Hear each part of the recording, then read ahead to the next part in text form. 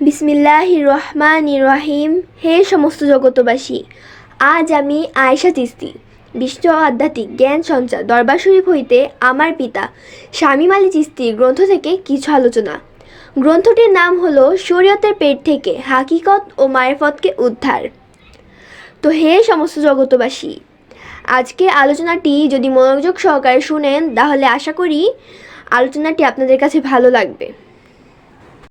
পৃথিবীতে কেউ দরবেশ, আবার কেউ ধরেছে বেশ, তাই নিয়ে কিছু আলোচনা। সর্বত্যাগী অনুরাগী তিনি হন বৈরাগী। এখন আমরা খেয়াল করলেই দেখতে পাই বৈরাগ বেশে কত মানুষ ঝোলা নিয়ে বাহির হইয়া গেছে। বৈরাগী বেশ ধরিয়া ভিক্ষা করে খাইতেছে, আল্লাহ তাআলার উদ্দেশ্যে বের হয় নাই। আসলে অরিজিনাল বৈরাগ হলো সংসারের থেকেও না থাকার মতো থাকিবে, যেই জগতে সবাই আমার আছে, আসলে আমার কিছুই নাই, এই ভাব করিয়াই জগতে থাকিতে হয়।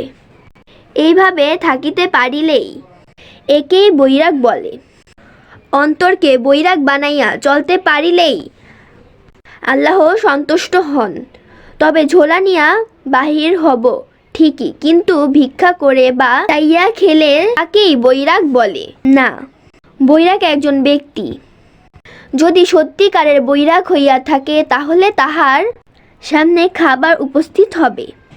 যখনই তিনি মনে মনে পোষণ করিবে এই জিনিসটি খাইতে ইচ্ছা করিতেছে বা খাইতে ইচ্ছা করিতেছে, তখনই বৈরাগ ব্যক্তির কাছে পৌঁছাইয়া যাবে এবং কাহারও কাছে খাবার চাইয়া খাইতে হবে না।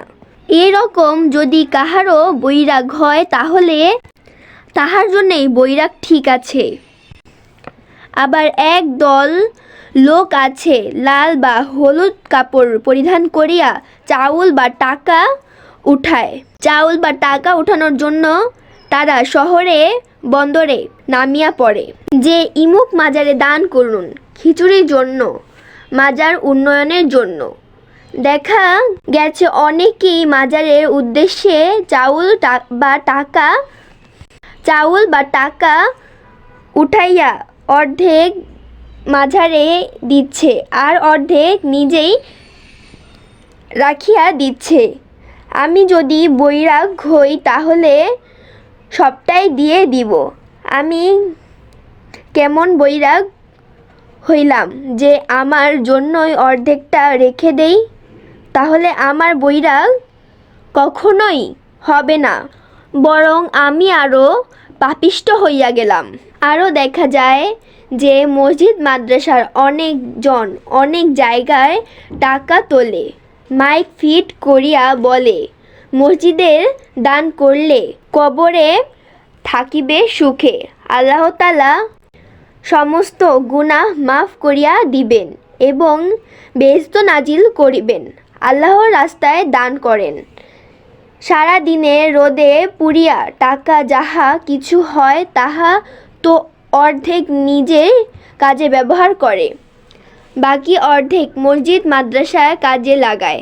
আল্লাহর ঘরে কথা বলিয়া টাকা তুলিয়া আমরা নিজের কাজেই লাগাইয়া থাকি। এসব একেবারেই ঠিক নয়। কেহ সাধুর বেশ ধরে অসাধুর কাজ করিতেছে, আবার কেহ মৌলবী মাওলানার বেশ ধরিয়া আল্লাহর নামে উপরে টাকা, আবার কেহ মৌলবী মাওলানার বেশ ধরিয়া আল্লাহ নামে উপরে টাকা পয়সা তুলিয়া নিজেরাই খাইতেছে। যাহারা আসলে পীর ফকির দরবেশ, তাহারা কোনো দিন টাকা পয়সা কারো কাছে চায় না, দিতে চাইলেও না বলে, আর বলে ওঠে আমাকে পাপী বানাইবেন না। এবং কেহ মনের খুশিতে কিছু দিলে তাহা নিলেও ক্ষতি নেই, উভয়ের প্রতি আল্লাহ তাআলা খুশি থাকবেন। হে সমস্ত জগতবাসী, আজকের আলোচনাটি এতটুকুই। আশা করি আজকের আলোচনাটি সকলের কাছেই ভালো লেগেছে। যদি আজকের আলোচনাটি ভালো লেগে থাকে তাহলে অবশ্যই কমেন্ট করে জানাবেন, এবং এই চ্যানেলে যদি কেউ নতুন হইয়া থাকেন তাহলে চ্যানেলটিকে সাবস্ক্রাইব করে রাখবেন। সকলেই ভালো থাকবেন। আল্লাহ হাফিজ।